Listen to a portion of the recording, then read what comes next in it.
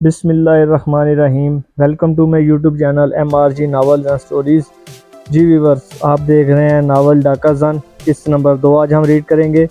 تو سٹارٹ کرنے سے پہلے آپ لوگوں سے ریکویسٹ ہے کہ چینل کو لائک اور سبسکرائب لازمی کر دیں۔ بہت شکریہ۔ میں جس کام سے دوسرے شہر گیا تھا، اگر اس میں کچھ پیچیدگی پیدا نہ ہو جاتی تو میں صبح ہی اپنے تھانے پہنچ چکا ہوتا۔ بہرحال میں ASP علاقہ کے حکم پر وہ کام نپٹانے گیا تھا، اس لیے اسے ادھورا چھوڑ کر بھی نہیں آ سکتا تھا۔ میں دوبارہ کھوجی وزیر علی کی جانب متوجہ ہو گیا۔ وزیر علی، تمہارا کہنا ہے وہ ڈاکو خوشیہ کے گھر سے سفر کر کے تھانے تک پہنچے اور یہاں کے حوالات میں اپنے سردار کو چھڑوا کر جنگل کی طرف فرار ہو گئے۔ کیا تمہیں یہ بات معلوم کرنے کی کوشش کی کہ وہ خوشیہ کے گھر کب اور کہاں سے آئے تھے؟ اس نے نہیں میں گردن ہلاتے ہوئے کہا، فی الحال اس سلسلے میں میں نے کوئی کوشش نہیں کی۔ آپ کا حکم ہو تو میں اپنے تجربے کو کام میں لا کر کم از کم یہ ضرور پتہ چلا لوں گا کہ وہ کس سمت سے سفر کر کے خوشیہ کے گھر پہنچے تھے۔ اگر انہیں وہاں آئے زیادہ وقت نہیں گزرا تو ان کا کھرا سلامت ہوگا۔ ASP نے وضاحت امیز انداز میں کہا، ملک صاحب، بستی ہمارے تھانے سے مغربی جانب واقع ہے۔ بستی کے ختم ہوتے ہی کھیتوں کا سلسلہ ہے اور اس کے بعد بھی بڑی نہر کی دوسری سمت بھی کھیت ہی کھیت ہیں۔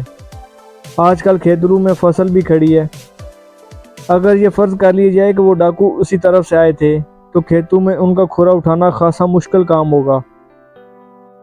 مشکل اور آسان کا تو بعد میں دیکھا جائے گا، میں نے کہا۔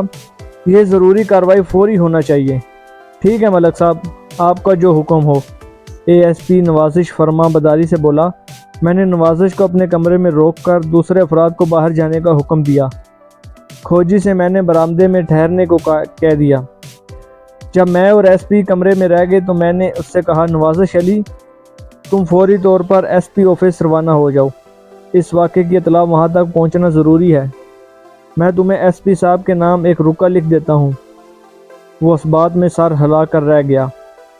اس نے کسی قسم کا کوئی سوال کرنا ضروری نہیں سمجھا تھا۔ اگر میں چاہتا تو صورتحال کی وضاحت کے لیے خود بھی SP صاحب سے ملنے جا سکتا تھا، لیکن تھانے میں میری موجودگی اس قدر ضروری ہو گئی تھی کہ میں نے ASP کو وہاں بھیجنے کا فیصلہ کیا۔ رکے میں نے سلطان ڈاکو کے بارے میں تفصیلاً درج کر دیا۔ SP صاحب اس بات سے آگاہ تھے کہ وہ خطرناک ڈاکو عدالتی ریمانڈ پر میری تحویل میں آئے۔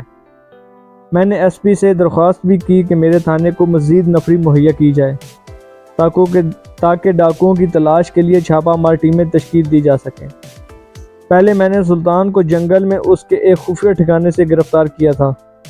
اس مشن میں افرادی قوت سے زیادہ میری حکمت عملی کا دخل تھا، مگر اب یہ بات وثوق سے کہی جا سکتی تھی کہ اس مرتبہ سلطان اور اس کے ساتھی ڈاکو اس جنگل میں کہیں پناہ نہیں لیں گے، اور بالفرض اگر انہوں نے جنگل میں ہی کہیں روپوشی اختیار کی تو ان کی وہ پناہ گاہ میرے لیے خاصی مشکل ثابت ہوگی۔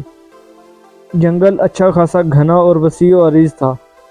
ڈاکو کی تلاش میں اس کے مختلف حصوں میں چھاپے مارنے کی ضرورت تھی، اور نہایت ہی پلاننگ کے ساتھ۔ ویسے اس بات کے کبھی امکانات تھے کہ وہ لوگ کسی اور طرف نکل گئے ہوں گے، یا وقتی طور پر انہوں نے اس جنگل کو خیر باد کہہ دیا تھا کہ پولیس کی کارروائی سے محفوظ رہ سکیں۔ ASP کے روانہ ہونے کے بعد میں نے ڈاکو کی لاش کو سرکاری اسپتال بھیجنے کا بندوبست کیا۔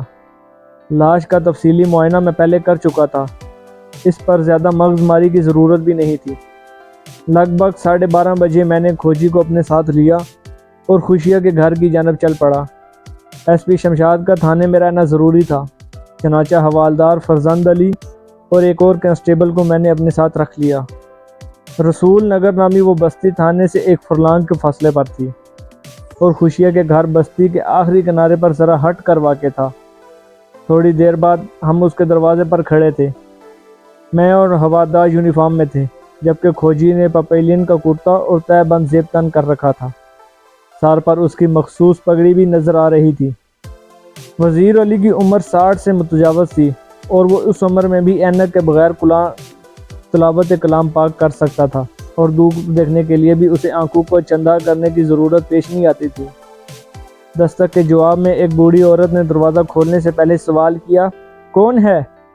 میں نے کہا، میں خوشیہ سے ملنے آیا ہوں، کیا وہ گھر پر ہے؟ اور چند لمحے بعد خاموشی ہی رہی، کون ہے؟ پوچھنے والے کی آواز سے میں نے اندازہ لگایا کہ وہ کوئی بوڑھی عورت ہوگی، ورنہ ابھی تک کوئی میرے سامنے نہیں آیا تھا۔ مجھے یوں محسوس ہوا کہ وہ عورت کسی سے مشورہ کر رہی ہے۔ میری سماعت تک کچھ اس قسم کے آواز میں پہنچے جیسے دروازے کے پیچھے خسر پھسر کی جا رہی ہو۔ میں سمجھ گیا، دروازہ کھولنے میں پسو پیش سے کام لیا جا رہا تھا، جس کا ایک ہی مطلب تھا کہ کوئی گڑبڑ ہے۔ میں نے دوبارہ دستک دی اور آواز بلند میں کہا، خوشیہ دروازہ کھولو، میں تم سے کچھ ضروری باتیں کرنے آیا ہوں۔ میرا نام ملک صفدر حیات ہے اور میں اس علاقے کا تھانہ انچارج ہوں۔ اندر ایک دم سناٹا چھا گیا۔ چند لمحے بعد دروازے کی کنڈی گری اور نیم وا دروازے میں ایک ادھیڑ عمر کی عورت نظر آئی اور اس نے میری طرف دیکھتے ہوئے پوچھا، تھانے دار صاحب، آپ کو خوشیہ سے کیا کام ہے؟ اس عورت کی صورت اور آواز سے بڑھاپا جھلکتا تھا۔ بہرحال میں نے اس تضاد کو فی الحال نظر انداز کرتے ہوئے اس سے کہا، خوشیہ سے مجھے جو کام ہے وہ میں تمہیں نہیں بتا سکتا، تم اسے باہر بھیجو۔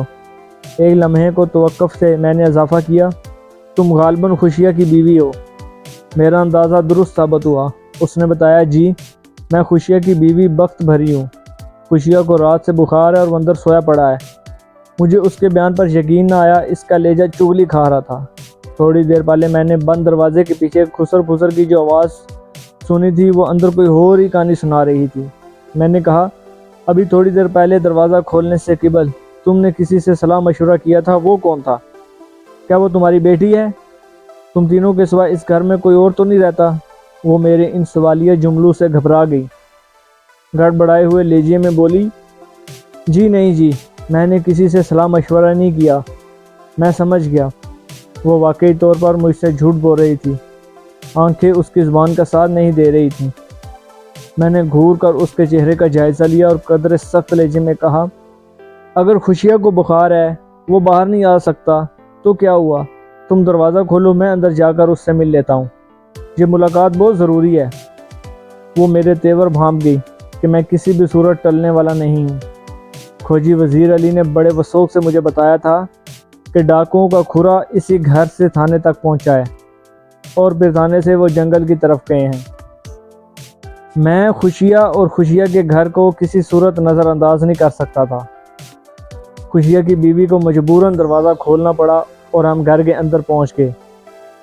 وہ ایک کشادہ صحن والا گھر تھا جس کے پچھلے حصے میں 3-4 کچے کمرے بنے ہوئے تھے۔ اونچی چھتوں والے یہ کمرے ہر قسم کے موسم کے لیے موزوں تھے، یعنی کہ گرمیوں میں ٹھنڈے اور سردیوں میں گرم۔ کشادہ صحن میں آم، جامن، امرود اور نیم کے درخت بھی استاذہ نظر آئے تھے۔ چند مویشی بھی اپنی موجودگی کا اظہار کر رہے تھے۔ ایک دیوار کے ساتھ کنڈلی بنائی گئی تھی جس میں بیک وقت درجن بھر جانور چارہ کھا سکتے تھے۔ کھوجی نے صحن عبور کرتے ہوئے میرے کان میں سرگوشی کی، ملک صاحب، میں اس صحن کو بھی چیک کرنا چاہتا ہوں۔